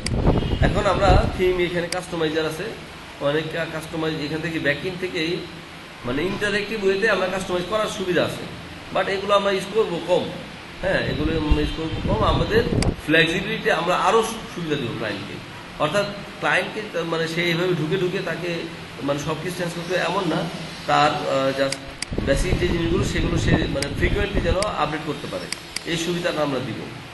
মানে সব কন্টেন্ট সে ঢুকে এক জায়গা থেকে যেন আপডেট করতে পারে, এরকম। এইভাবে আমরা এইভাবে ডিজাইনটা আমরা এইভাবে করবো। উইডগেট আছে, অর্থাৎ এই উইজেটগুলো হচ্ছে এমন জিনিস যে এই যে সার্চ, রিসেন্ট পোস্ট, এই দেখেন এইগুলো সার্চ রিসেন্ট, এই যে এখানে search, recent post, welcome to LEDP, recent comment, archive, categories, meta, এই জিনিসগুলো এখানে আছে। অর্থাৎ আমি যদি এখান থেকে বাদ দিয়ে দিই, এই যে মেটাটা লাইক আমি এখানে বাদ দিয়ে দিচ্ছি, দেখেন এই ডিলিট করে দিলাম, এই চলে গেল না, এখান থেকে দেখেন এখান থেকে উইজেট থেকে চলে যাবে। দেখেন নিচে মেটাটা নাই, মেটা ইনফরমেশনটা নাই, এই সিগন্যাল। তো এইখান থেকে আমরা এইগুলোকে কমন, সাধারণত এই সাইড বার এই যেগুলো কমন ইউজ হয়, যেসব জিনিস কমন ইউজ হয় সেগুলো সাধারণত উইজেট ইউজ করা হয়। বুঝতে পারছেন? অর্থাৎ প্রত্যেকটা পেজেই। এখন আমি আসি এই যে পোস্ট পেজে, এখন আমি দেখেন ওয়েলকাম টু এলইডিপি যাচ্ছি, এখানে গিয়ে দেখবেন এই যে এখানেও আছে, এটা কিন্তু আরেকটা পেজ। এই যে এখানে খেয়াল করলে দেখতে পাবেন 2017-3-30 হ্যালো ওয়ার্ল্ড, এখানে আমি এই পেজের সিঙ্গেল পেজ আছে, আর আগে ছিল এটার পোস্ট পেজ। এই যে অর্থাৎ এখানে আরেকটা ইউআরএল, এখানে সে পোস্ট পেজ, এখানে অনেকগুলো পোস্ট থাকবে, এখানেও এই জিনিস আছে, ওইখানেও একই জিনিস আছে। সো সবগুলো যে জায়গায় একই জিনিস যখন থাকে সেগুলোকে আমরা উইজেট হিসেবে ইউজ করতে পারি বা গ্লোবাল কন্টেন্ট হিসেবে ইউজ করতে পারি, এটা আমরা দেখব পরবর্তীতে। তারপরে মেনু, এই যে আমরা মেনু বানাই না, আমাদের পেজের মধ্যে মেনু বানাই, তাই না? এখানে কোনো মেনু নাই। আচ্ছা, আমরা একটা মেনু বানিয়ে দেখি কাজ করে কিনা। সে মেইন মেনু দিলাম, একটা বানাচ্ছি, মেইন মেনু বানাইলাম। এই দুইটা পেজকে আমরা মেনুতে অ্যাড করব। হ্যাঁ, মেনু দিলাম, টপ মেনু দিলাম, সেভ দিলাম, দেখি কাজ করে কিনা। টেস্ট পেজ, স্যাম্পল পেজ, দেখি এখানে কোনো কাজ করে কিনা, নট শিওর যে কাজ করবে কিনা। হ্যাঁ আছে, এখানে পেজ দুইটা নাম আছে। যে টেস্ট পেজে ক্লিক করলাম, দেখেন টেস্ট পেজ চলে গেছে। স্যাম্পল পেজে ক্লিক করলাম, স্যাম্পল পেজে ডাটা দেখাচ্ছে। আবার এখানে ক্লিক করলাম, সেটা পোস্ট পেজে যাচ্ছে, তাই না? এই যে post page, welcome to LEDP. আর টেস্ট পেজে গেলে টেস্ট পেজে ডাটা দেখাচ্ছে। বুঝতে পারতেছো তো? আবার স্যাম্পল পেজে ক্লিক করলাম, স্যাম্পল পেজ, ডিফারেন্ট পেজ। আবার আমার হোম পেজটা হচ্ছে কি পোস্ট পেজ, তাই না? হোম পেজটা হচ্ছে আমার পোস্ট পেজ, এখানে ওয়েলকাম টু এলইডিপি দেখাচ্ছে। বোঝা যাচ্ছে? এটা হচ্ছে মেনু। এই মেনু কন্ট্রোলটা আমার এখান থেকে করতে হয়। এখানে মেনুর মধ্যে আমার পোস্ট নিতে পারে, সে এই ওয়েলকাম টু এলইডিপি একটা মেনুর মধ্যে নিচ্ছি, দেখেন এই যে নিলাম, নিয়ে সেভ করে দেখি।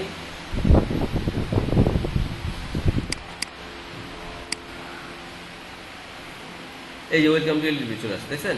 এবং এটা একটু বোল্ড মনে হয়, তাই না? এই টেস্ট পেজ, এটা এই একটু এই অ্যাক্টিভগুলো একটু ওই গ্রে কালার হয়ে যাচ্ছে। ওয়েলকাম টু এলইডিপি দেখি, একটু গ্রে কালার হয়েছে, অ্যাক্টিভ স্টেটটা হলো গ্রে কালার, ওভারে গ্রে কালার। এখানে পেজ আছে, দেখছেন? বোঝা যাচ্ছে? আচ্ছা, এইভাবে মেনুটাকে এখানে কন্ট্রোল করতে হবে। মানে যে কোনো জিনিস আমরা মেনুতে দিতে পারি, এই ক্যাটাগরি, কাস্টম পোস্ট, যে কোনো। যেমন কাস্টম লিস্ট আমি বলি যে ইউআরএলটা হচ্ছে google.com, সে গুগল অ্যাড টু মেনু।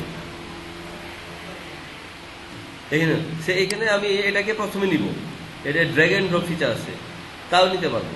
যে কোনোভাবে এখানে আমরা হ্যান্ডেল করতে হবে এটাকে, বেশি ইন্টারেক্টিভ ওয়েতে আমরা এটাকে মেনুটাকে হ্যান্ডেল করতে পারবো। যেমন ওয়েলকাম এই গুগল, আমি এখানে গিয়ে দেখি এখন কি অবস্থা দাঁড়ায়, রিফ্রেশ দেই, দেখছেন ওয়েলকাম টু এলডিপি প্রথমে চলে আসছে গুগল। এই যে গুগলে ক্লিক করলাম, দেখেন গুগল সাইট চলে আসছে, তাই না? যে কোনো কিছুকে আমি লিঙ্ক আপ করতে পারি মেনুতে, ঠিক আছে? আমি আবার আমার সাইডে যাই, হ্যাঁ এখানে গেলাম, এখানে আমি আছি।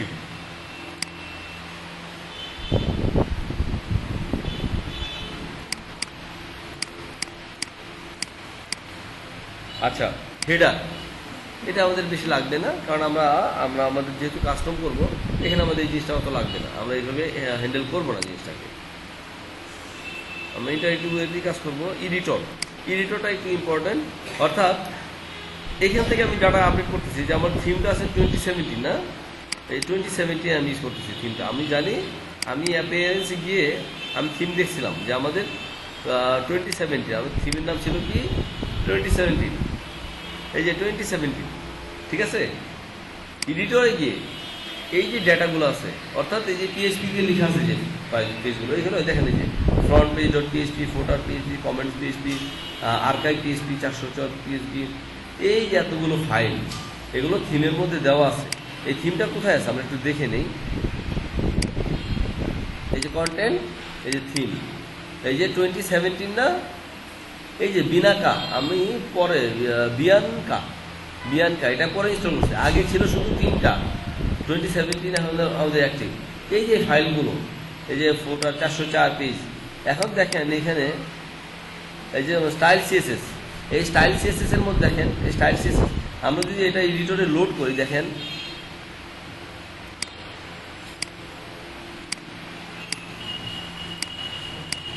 টোয়েন্টি সেভেন্টিনটা আমরা লোড করি, দেখেন কি অবস্থা দাঁড়ায়।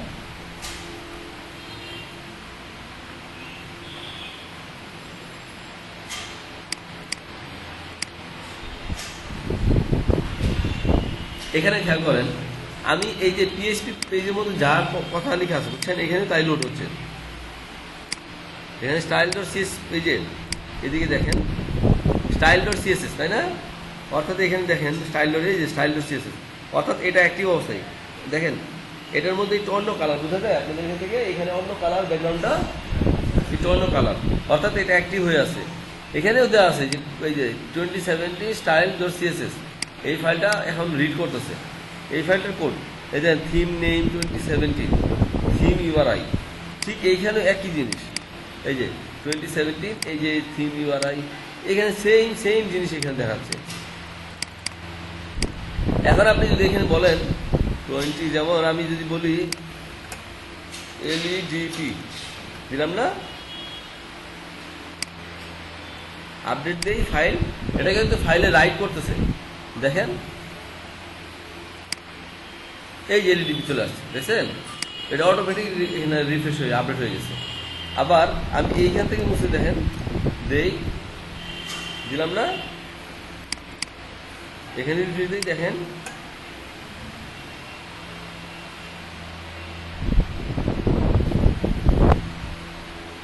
দেখেন এখান থেকে চলে গেছে, দেখছেন? চলে গেছে, দেখছেন? অর্থাৎ সে এখানে ফাইলটাকে রাইট করতেছে, এখানে এই ফাইলটা কিন্তু সে রাইট করতেছে, ডিরেক্ট মোডে রাইট করতেছে, বুঝা যাচ্ছে? এখানে সবগুলো এই যে সবগুলোর পেজের কোড, এই যে আর্কাইভ ডট পিএইচপি, এখানে আর্কাইভ ডট পিএইচপি যে কোডটা আছে, অর্থাৎ এই যে এখানে আর্কাইভ ডট পিএইচপি, এই কোডটাই সে এখান থেকে পড়তেছে। অর্থাৎ এইখান থেকে আমি পিএইচপির কাজও করতে পারবো। আমি যদি সার্ভার অ্যাক্সেস থাকে, আমি এখান থেকে কোড করে আমি দেখতে পাবো যে কোনো জিনিস।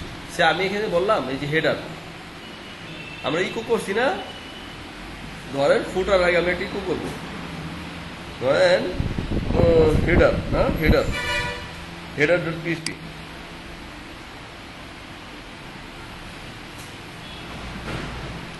ডাব্লিউপি হেড, বডির মধ্যে আমি একটা দিলাম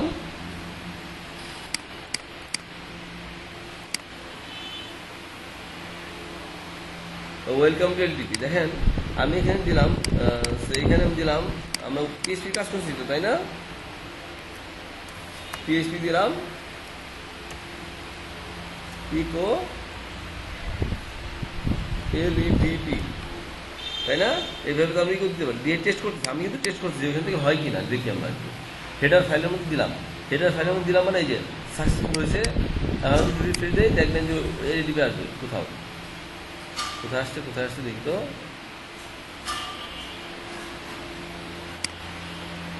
এখান থেকে দেখা যাচ্ছে না।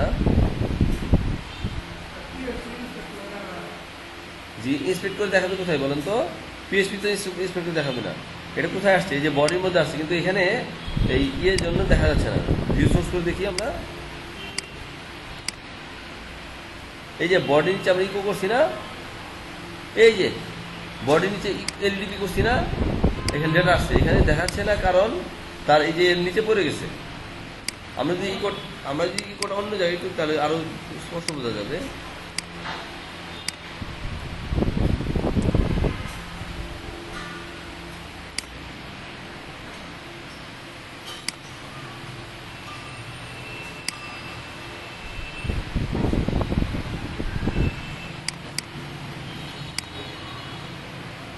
এই যে কোথায় গেল?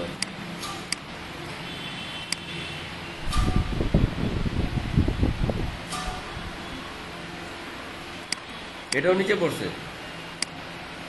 কোন জায়গায় দিলে দেখাবে? আমরা এটাকে অফ করে দেই।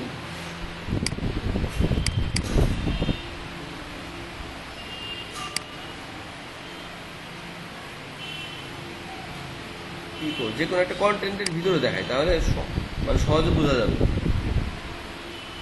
সাইড কন্টেন্ট সিঙ্গেল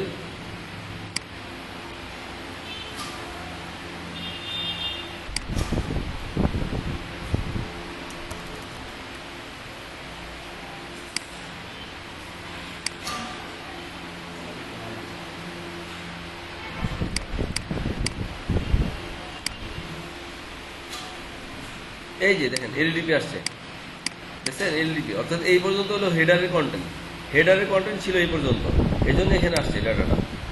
সরি, আবার এখান থেকে বন্ধ করে এই যে মানে এই পর্যন্ত আমার হেডার নেওয়া আছে। হেডার ফটো আমরা চিনি না, হেডার ফটো চিনি, কমন করা যায়, এটা আমরা দেখবো। এখান থেকে এটা আমি মুছে দিই, দেখেন দিয়ে আপডেট দিলাম। এখান থেকে দেখেন ডেটা চলে যাবে, ঠিক আছে। এই মানে আমরা এখান থেকে আমরা ইচ্ছে করলে কোড করতে পারবো, এখান থেকে করতে পারবো, আবার এখান থেকে করার সুবিধা আছে। এখান থেকে করলে কি হবে? এখান থেকে করলে আমাকে সার্ভার বারবার উঠাইতে হবে, কারণ এটা লোকালের সাথে যখন আমি কোড করতেছি তখন এটাকে আবার সার্ভার উঠাইতে হবে বারবার, এফটিপি দিয়ে বা যে কোনো ওয়েতে উঠাইতে হবে, আপলোড করতে হবে। কিছু বোঝা গেছে? বুঝতেছেন তো? আচ্ছা,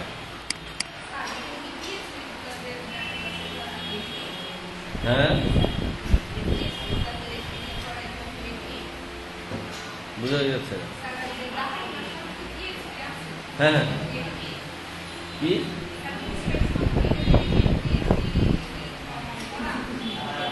বোঝা যায়? শব্দ বোঝা যায় না।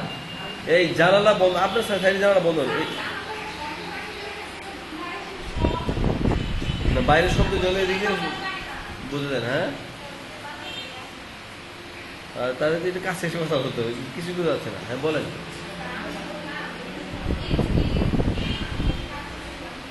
হ্যাঁ ও এগুলো আপনাদের লিখতে হবে, এইগুলো ডেভেলপ করা আছে, কারণ আমরাও এইগুলো পিএইচপি দিয়ে করবো। আমরা একটা যখন থিম বানাবো তখন এইগুলো পিএইচপি দিয়ে করতে হবে, আমাদের শিখতে হবে, জানতে হবে, ঠিক আছে। এগুলো আমরা যখন ডেভেলপ করবো তখন বুঝে যাবেন যে কীভাবে এটা আপনারা ইউজ করবেন, কীভাবে পিএইচপি দিয়ে এটা ইউজ করতে জানতে হবে। হ্যাঁ, অসুবিধা নেই, সামনে আমরা দেখবো। তো এডিটর দিয়ে আমরা এটা কি সুবিধা পাচ্ছি আমরা এটা বুঝতে পারলাম, তাই না? আচ্ছা, এখন আসি প্লাগইন। ওই যে বলছিলাম যে প্লাগইন, দুইটা প্লাগইন ডিফল্ট ইনস্টল করা থাকে। এই যে আকিসমাত অ্যান্টি স্প্যাম, অর্থাৎ স্প্যামিং যেন না হয়, আপনার সাইটে যেন স্প্যামিং না হয়, এই জন্য একটা ডিফল্ট ইনস্টল করা থাকে। কিন্তু এটা যখন যদি ইউজ করতে যান তাহলে দেখবেন আপনাদের কিনতে হবে, দরকার হবে না, আমাদের দরকার হবে না, মোটামুটি সাধারণত দরকার হয় না। তবে যদি খুব বেশি সিকিউর করতে চাই পিছনে খোলা আছে, যদি খুব বেশি লাগে তখন আমরা এটাকে ইউজ করবো, কিনতে হবে বা ক্লায়েন্টে কিনে দিবে বা আপনার যখন আপনি কিনে নেবেন। হ্যাঁ, আর হ্যালো ডল এগুলো অ্যাক্টিভ করা নেই, দেখেন এগুলো কিন্তু ইনঅ্যাক্টিভ অবস্থায় আছে। অ্যাক্টিভ করলে সেটা কাজ করবে, নাহলে কাজ করবে না। ঠিক আছে, বুঝতে পারতেছেন? এগুলো যে থিমগুলো আমাদের এখানে দুইটা ডিফল্ট ইনস্টল করা আছে, সেটা ডিফল্ট দেওয়া আছে আপনাদের সুবিধার জন্য, কিন্তু এগুলো আপনাদের আসলে কিনতে হবে বা ফ্রি কিছু ইউজ করা। যেমন আমরা ফর্ম আছে না, আমাদের ফর্ম ডিজাইনের ফর্ম আছে না, এই যে আমাদের ডিজাইনের ফর্ম আছে না, এই যে ফর্ম, এই ফর্মটা সাধারণত আমরা ফ্রি প্লাগইন আছে এটা দিয়ে হ্যান্ডেল করবো, ফ্রি প্লাগইন দিয়ে এটাকে আমরা হ্যান্ডেল করবো, বুঝতে পারতেছেন? আচ্ছা,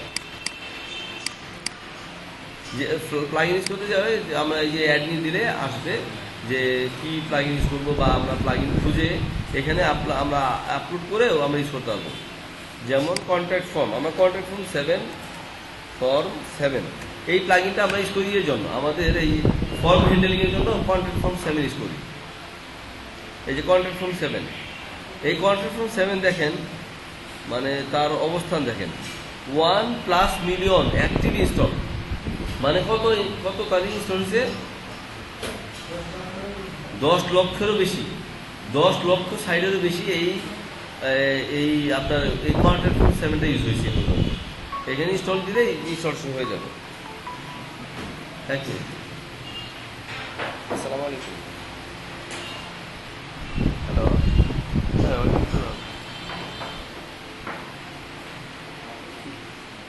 কিছু দিচ্ছ না, দিচ্ছ না পাইলা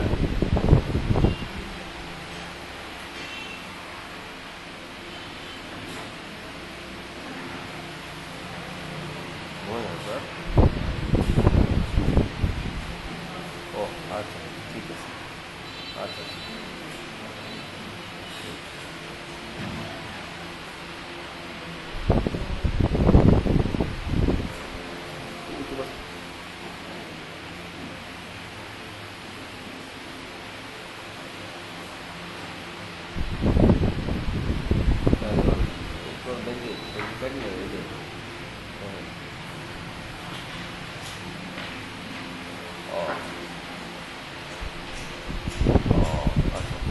তুমি স্টেটমেন্ট দিতে পারিস না, স্টেটমেন্টে কি করছো সেটা মেসেজ দিচ্ছ না? আচ্ছা,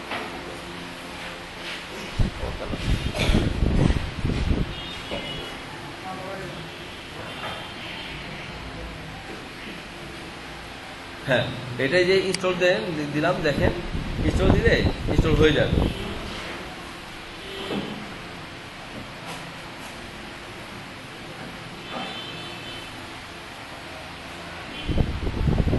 এই যে প্লাগইন ইনস্টল করছি দেখেন, ইনস্টল প্লাগইনে আগে দেখলাম আমরা 2টা প্লাগইন ছিল আমাদের, তাই না? আগে আমাদের 2টা প্লাগইন ছিল না, এখন দেখেন এই যে কন্ট্যাক্ট ফর্ম 7 ইনস্টল হয়ে গেছে। এখন এটাকে আমরা অ্যাক্টিভ করলাম, এই অ্যাক্টিভ করলে দেখেন আমাদের এই অ্যাক্টিভ হয়ে যাবে। এই যে ডিঅ্যাক্টিভেট হয়ে, মানে অ্যাক্টিভ হয়ে গেছে, অ্যাক্টিভ হলেই তখন ডিঅ্যাক্টিভেট চলে আসে। এখন দেখেন আমরা যে কোনো একটা সাইডে আমাদের পেজ আছে না, অনেকগুলো পেজ আছে না, 3-4টে পেজ আছে, যেমন টেস্ট পেজ, এখানে দেখেন টেস্ট পেজ আছে না, এখানে আমি যদি কন্ট্যাক্ট ফর্ম 7টা ইউজ করি দেখেন কেমন দেখায়। যে কন্ট্যাক্ট ফর্ম 7 অ্যাক্টিভ করার পরেই এখানে এই কন্ট্যাক্ট ট্যাবটা চলে আসছে, আগে কিন্তু এটা ছিল না, এটা আগে ছিল না। এই যে কন্ট্যাক্ট ফর্ম 7, এটা শর্টকট, এই শর্টকটে আমরা এখানে ইউজ করতে পারি। বিভিন্ন প্লাগইন বিভিন্নভাবে ইউজ হয়। যেমন আমি যদি পেজে এখন এটা ইউজ করি, সে কন্ট্যাক্ট ফর্ম 7টা আমি ইউজ করি টেস্ট পেজে,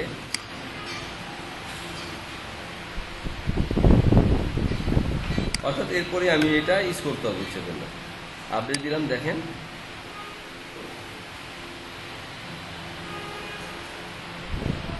একটু রিফ্রেশ দিই, ট্রেডার গোজের পরে একটা ফর্ম আসার কথা, এই যে চলে আসছে, দেখছেন? এবং এখানে দিলেই সব এই যে অটোমেটিক চলে আসবে, এই যে দেখছেন? এখান থেকে ফর্মটা সরাসরি হ্যান্ডেল হবে, কোনো সমস্যা নাই, ঠিক আছে? কিন্তু ফর্ম হ্যান্ডেল জন্য অবশ্যই সার্ভার হওয়া লাগবে, সার্ভার মানে লাইভ সার্ভার ছাড়া কিন্তু ফর্ম পোস্ট হবে না, মানে ডাটা যাবে না। আপনি মেলে এখানে ফর্ম পোস্ট করে মেল করলেন, দেন মেলে এই ডাটাটা যাবে না, বুঝতে পারছেন? সেগুলো আবার সার্ভারে হওয়া লাগবে। এটা আমরা দেখবো অবশ্যই যে যাই কিনা, এগুলো সবই টেস্ট করে দেখবো। তো প্লাগইন গেল, ইউজার্সে আসি। ওই যে আমি একটা ইউজার ক্রিয়েট করছিলাম, এই ইউজারটা আছে, আপনি সেটা নতুন ইউজার ক্রিয়েট করে দিতে পারেন। এখানে ইউজার রোল আছে অনেক ধরনের, যেমন কী role? Subscriber, contributor, author, editor, administrator. সাধারণত অ্যাডমিনিস্ট্রেটর সব কাজ করতে পারে, যদি আপনি নতুন একটা ইউজার ক্রিয়েট করে দেন, সেখানে ইউজার নেম সবসময় সিঙ্গেল হবে, ইউজার নেম এবং ইমেইল দুইটা এই যে রিকোয়ার্ড থাকতেই হবে। এবং শো পাসওয়ার্ড দিতে পারেন, সমস্যা নাই। Send the new user and email about their account, অর্থাৎ আপনি কারোর জন্য একটা অ্যাকাউন্ট করে দিলেন, যখন লাইভ সার্ভার থেকে করবেন তখন তার কাছে মেইল চলে যাবে, ইউজার নেম পাসওয়ার্ড দিয়ে তার কাছে একটা মেইল চলে যাবে, বুঝতে পারছেন? তার কাছে একটা মেইল চলে যাবে, চলে গিয়ে সে এখান থেকে অ্যাক্সেস করতে পারবে। এখন তার বিভিন্ন টাইপ থাকবে, যেমন অ্যাডমিনিস্ট্রেটর হলে সব কাজ করতে পারবে, এডিটরও মোটামুটি অনেকগুলো কাজ করতে পারে, অ্যাডমিনিস্ট্রেটর মতো সব কাজ করতে পারে। এডিটর সে অনেকগুলো পোস্ট করতে পারবে, মডারেট করতে পারবে, সব কাজ করতে পারবে। কিন্তু অথর, কন্ট্রিবিউটর বা সাবস্ক্রাইবার এরা খুব লিমিটেড কাজ করতে পারে, এদের মানে ফ্লেক্সিবিলিটি অনেক কম। ইউজার অ্যাক্সেসিবিলিটি দিয়ে গুগলে যদি সার্চ দেন WP ইউজার অ্যাক্সেসিবিলিটি, তাহলে পেয়ে যাবেন। ইউজার রোল দিলেই মোটামুটি পেয়ে যাবেন। হ্যাঁ হ্যাঁ, অনেকটা ওরকমই। এই যে কে কী করতে পারে, এখানে এই যে রুলস অ্যান্ড ক্যাপাবিলিটিস, এখানে দেখা যায় যে কে কী করতে পারে, কার কতটুকু অ্যাক্সেস আছে। এই WP ইউজার রোল দিয়ে সার্চ করলেই এই যে কার কী রোল আছে এখানে বোধহয় একটা লিস্ট দেওয়া আছে। এই যে কে কী করতে পারে, যেমন সুপার অ্যাডমিন মানে যে ইউজার ক্রিয়েট করলো, যে আমি মানে যে ঢুকলো সেটা দেওয়ার সময় যে সে হলো সুপার অ্যাডমিন, সে সব কাজ করতে পারে, সুপার অ্যাডমিন সব কাজ করতে পারে। তারপর হচ্ছে অ্যাডমিনিস্ট্রেটর কি করতে পারে দেখেন, অ্যাডমিনিস্ট্রেটর সবই মোটামুটি করতে পারে। এই যে নেটওয়ার্ক প্লাগইন, এখানে ক্যাপাবিলিটি দেওয়া আছে কে কী করে। অ্যাডমিনিস্ট্রেটর সব কাজ করতে পারে। তারপর হচ্ছে এডিটর, এখানে পর্যন্ত সুপার অ্যাডমিনের কাজ। এডিটর দেখেন, এডিটরও মোটামুটি সব কাজ করতে পারে। এডিটর আবার এগুলো কাজ করতে পারে, যে প্রমোট ইউজার, এই কাজগুলো এডিটর করতে পারে না, এডিটরের সুবিধা নাই। কমেন্ট মডারেট করতে পারে, এই কাজগুলো এখানে দেখে বুঝতে পারবেন যে কী কী কাজ করতে পারে। আর যে সাবস্ক্রাইবার শুধু রিড করতে পারে, আর কিছু করতে পারে না। তারপরে অথর শুধু পোস্ট এডিট করতে পারে, ডিলিট করতে পারে। Author edit, publish post, upload, publish post এগুলো করতে পারে অথর, বুঝতে পারছেন? এইভাবে ইউজার অ্যাক্সেসিবিলিটি দেওয়া আছে। তারপরে এটা গেল, সেভাবে ইউজার ক্রিয়েট করে আপনি দিতে পারেন। তারপরে প্রোফাইল, অর্থাৎ এই যে আমি যে ক্রিয়েট করছি যে অ্যাকাউন্টটা, সেটার প্রোফাইল, এই যে আমার নাম, এগুলো সব ফার্স্ট নেম লাস্ট নেম এগুলো আমি দিই নাই, এগুলো দিয়ে আপডেট করে দিতে পারি। বলছিলাম না, ইউজার নেম এবং ইমেল এটা কিন্তু চেঞ্জ করা যায়। এই যে ইউজার নেম, এটা চেঞ্জ করা, user name can not be change, এখানে বলাই আছে user name can not be change, অর্থাৎ ইউজার নেমটা চেঞ্জ করা যাবে না। প্রোফাইল পিকচার সেগুলো দেওয়া যায়, গ্র্যাভারটা ইউজ করে আপনার ইচ্ছেগুলো আপনার প্রোফাইল পিকচার দিতে পারেন। আবার এই পাসওয়ার্ড চেঞ্জ করা যায়, এখান থেকে পাসওয়ার্ড চেঞ্জ করে দেওয়া যায়, এখানে সুবিধা আছে। তারপরে আসি টুলসে এই জিনিসগুলো আপনাদের লাগবে না, ইম্পোর্ট এক্সপোর্ট এগুলো পরে মানে এই লেভেলে লাগবে না, সাধারণত এগুলো কম লাগে। অর্থাৎ ইম্পোর্ট এক্সপোর্ট করার সময় আমাদের ম্যাক্সিমাম সময় আমরা প্লাগইন ইউজ করি, বেশিরভাগ সময় শুধু পোস্ট বা জেনারেল পোস্ট বা পেজ যদি থাকে তাহলে আমরা এখান থেকে এছাড়া ইউজ করি না, এগুলো কম লাগে ইম্পোর্ট বা এক্সপোর্ট করার ক্ষেত্রে। এক্সপোর্ট করে পরে আমরা আরেকটা সাইডে গেলে তখন ইম্পোর্ট করা লাগে, এটা খুব বেসিক জিনিস, দরকার নাই খুব একটা। সেটিংয়ে যাই, ওই যে টাস্ক 10, অর্থাৎ আমি আমার সাইটের নাম দিচ্ছি টাস্ক 10, তাই না? এই যে টাস্ক 10, তাই না? এটা আমার সাইটের নাম, এখান থেকে যে নামটা দিচ্ছি সেটাই দেখাচ্ছে, জাস্ট অ্যানাদার ওয়ার্ডপ্রেস সাইট। এখানে আমাদের টাইটেল এইখানে দেখবেন ছিল এই যে জাস্ট অ্যানাদার ওয়ার্ডপ্রেস সাইট, তাই না? এই যে উপরে দেখেন, উপরে task 10 just another WordPress site উপরে দেখা যায়, তাই না? ওই যে টুলটিপের মতো উপরে দেখা যায় just 10 just another WordPress site. তারপরে এখানে জাস্ট অ্যানাদার ওয়ার্ডপ্রেস সাইট, এই লেখাটা আপনারা এখানে রাখতে পারেন। বা আপনাদের ট্যাগ লাইন বলে না, স্লোগান বলে না, আপনাদের স্লোগান, একটা সাইডে স্লোগান থাকে না, অনেক সময় বিভিন্ন স্লোগান থাকে, ওই স্লোগানটা এই জায়গায় থাকে। এগুলো ডাটা ফিল্ড দেওয়া আছে, ডাটা ফিল্ড থেকে অ্যাক্সেস করা যায়। এখানে মেইল, এই যে কোনটা ডাটা ফরম্যাট 524 M, এটা ফরম্যাট, এটা সার্ভার থেকে নিয়ে নেওয়া হয়, এই ফরম্যাটের ডাটাটা নিচ্ছে সে। ইভেন আপনি কাস্টম করে দিতে পারেন, অর্থাৎ GIA, জি হচ্ছে এইগুলো টাইম ফরম্যাট, এগুলো আমরা পরে দেখব। উইক স্টার্ট অন মানডে, অর্থাৎ একটা সার্ভার মানডে থেকে আপনার দিচ্ছে। এটা সাধারণত ইউএস বা যে ফার্স্ট ফ্লোর যেটা আছে, যারা US country, US base country, ওদের সপ্তাহ শুরু হয় সোমবার থেকে, এই জন্য মানডে এগুলো মানডে ডিফল্ট। এবং United States site language, United স্টেটসকে বেস করে সাইটগুলো ডেভেলপ করা হয়, এই জন্য এখান দিয়ে সাইট চেঞ্জ করা যায়। রাইটিংয়ে গিয়ে দেখি, এটা খুব একটা লাগবে না আমাদের, রাইটিংটা রিডিংটা লাগবে। রিডিংটা কি, এই লেটেস্ট পোস্ট অর্থাৎ ফ্রন্ট পেজ ডিসপ্লে। এই যে ফ্রন্ট পেজ আমি বলছিলাম যে অর্থাৎ আমি সাইটে ক্লিক করলে বা ইউআরএল ক্লিক করলে কি আসতেছে, ওয়েলকাম টু, এটা একটা পোস্ট না, এখানে পোস্ট ডিফল্ট আসতেছে। অর্থাৎ সাইটে এটাই আমার ইউআরএল লিঙ্ক, মানে যে www দিলাম, এটার লিঙ্কে ক্লিক করলে আমার সাইটে যে পোস্ট, মানে আমি এখান থেকে কোনটা ফার্স্ট রিড করবে, কোনটাকে সে ফ্রন্ট পেজ হিসেবে চিনবে। এখানে ফ্রন্ট পেজের দুইটা অপশন, এই বলতেছি ইউ লেটেস্ট পোস্ট অথবা স্ট্যাটিক পেজ অর্থাৎ ফ্রন্ট পেজ। যে বললাম টেস্ট পেজ আমার যদি লেটেস্ট পোস্ট থাকে তাহলে লেটেস্ট পোস্টে দেখাবে। আর যদি বলে যে না আমার লেটেস্ট পোস্ট না, আমি একটা পেজ বলে দিলাম যে কোন পেজটা, আমি বলে দিলাম টেস্ট পেজ আমার ফ্রন্ট পেজ হবে, মানে টেস্ট পেজকে প্রথমে ল্যান্ডিংয়ে দেখাবে। তাহলে জি এটা হোম পেজ, অর্থাৎ হোম পেজ কি দেখেন, একটু রিফ্রেশ দেই, এই দেখেন আমি হোম পেজ, আমি বলছিলাম না টেস্ট পেজ আমি একটা বানাইছিলাম। এখন আমি ক্লিক করলে, আমি ইউআরএল ক্লিক করা মাত্রই আমার এই হোম পেজটাকে আমার এই টেস্ট পেজটাকে সে এখন হোম পেজ হিসেবে দেখাচ্ছে, ল্যান্ডিং পেজ হিসেবে দেখাচ্ছে। এই সেটিংটা এখানে ইম্পর্ট্যান্ট, এটা দেওয়া যায়। এবং পোস্ট পেজ কোনটা হবে, পোস্ট পেজ বলে দিতে হবে টেস্ট পেজ, বা যেমন এখানে কিছু না বললেও সে ডিফল্ট পেয়ে যাবে যে কোনটা। আবার blog post page show at most 10টা পোস্ট দেখাবে, অর্থাৎ যেখানে পোস্ট, যে এই যে পোস্ট কোনটা, ওয়েলকাম টু এলটিপি একটা পোস্ট, এটা হলো সিঙ্গেল পোস্ট। কিন্তু যদি রিসেন্ট পোস্ট বা আর্কাইভে যদি যায় তাহলে আমরা পোস্ট দেখতে পারবো যে এখানে পোস্ট কতগুলো আছে। যেমন এখানে একটা পোস্ট, এইখানে 10টা পোস্ট থাকলে 10টা দেখাবে। এখানে এটা হচ্ছে যে কয়টা পোস্ট দেখাবে একটা ব্লগ পেজে, অর্থাৎ পোস্ট পেজে কয়টা করে পোস্ট দেখাবে, একসাথে 10টা করে, সেখানে পেজিং থাকে। এগুলো আমরা পরবর্তীতে দেখব। ডিসকাশন, ওই যে ডিসকাশন মানে কমেন্ট হ্যান্ডেলের যে অপারেশনটা এখান থেকে মডারেট করা হয়, যে এখানে automatic close comments on article older than 14 দিন। এই যে একটা কমেন্ট দেওয়া আছে, অর্থাৎ এখানে আমি সিঙ্গেল পোস্টে যাই, এখানে বলে যে কমেন্ট, এই কমেন্টটা 14 দিন, এখানে যদি অন করে দেই তাহলে 14 দিন হয়ে গেলে অটোমেটিক সে ক্লোজ দেখাবে, ক্লোজ করে দিবে, যে কমেন্ট ক্লোজ করে দিবে। এনেবল থ্রেড নেস্টেড কমেন্টস, অর্থাৎ 5টা লেভেল পর্যন্ত, অর্থাৎ এখানে যে রিপ্লাই দিই এখানে 5টা লেভেল পর্যন্ত, অর্থাৎ 5টা লেভেল পর্যন্ত সে কমেন্টিং অ্যালাউ করবে। মডারেট কমেন্টিং এর নিচে লেভেলে কমেন্ট অ্যালাউ করবে না। এই অপশনগুলো এখান থেকে কন্ট্রোল করা যায়।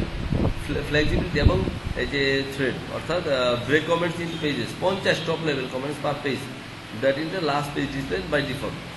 এই অপশনগুলো, এখানে অনেকগুলো অপশন আছে, এগুলো আমরা হ্যান্ডেল করতে পারি প্রপারলি। এই ব্যাকএন্ড থেকে আমাদের কমেন্ট সিস্টেমটাকে আমরা হ্যান্ডেল করতে পারি। তারপরে মিডিয়া ওই উপরে ছিল, এটা আমাদের এখান থেকে লাগবে না।